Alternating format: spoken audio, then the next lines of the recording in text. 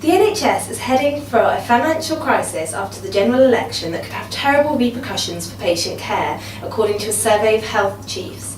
The King's Fund think tank has warned that hospitals have started to run up debts to maintain services, and only 16% of finance directors think they can balance their budgets in 2015 to 16. The report indicates that the country faces a stark choice between spending more on the NHS or seeing staff sacked and waiting lists lengthen.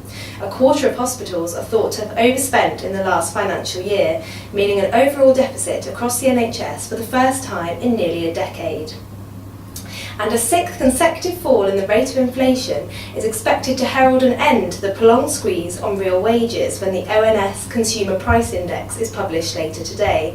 Economists also expect that the ONS labour market figures published later this week will show regular pay rising at a rate of 1.8%, up from 1.3%. This would mean an end to a 6-year period when pay growth has been lagging behind the rise in the cost of living. Earnings have not increased at a rate higher than inflation since April 2010, and this will be seen as a watershed moment in the recovery and will likely to be seized on by the coalition to counter Labour claims that the economic upturn has yet to benefit ordinary working families. Thousands of people hit by the new cap on benefits are trying to find work as a result, according to research by Ipsos Mori. It finds that 45% of the estimated 36,000 households affected by the new cap say they are now planning to look for work, and 28% have reported sending off more job applications.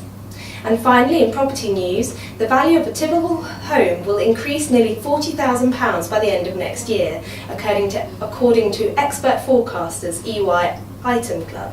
With a 6-year run of record low interest rates likely to continue beyond next year's general election, demand from buyers will remain high, and values are predicted to rise 7.4% this year and 7.2% in 2015. But the highly regarded think tank also dismissed fears of a house price bubble, as tighter lending conditions will restrain over-enthusiastic borrowers.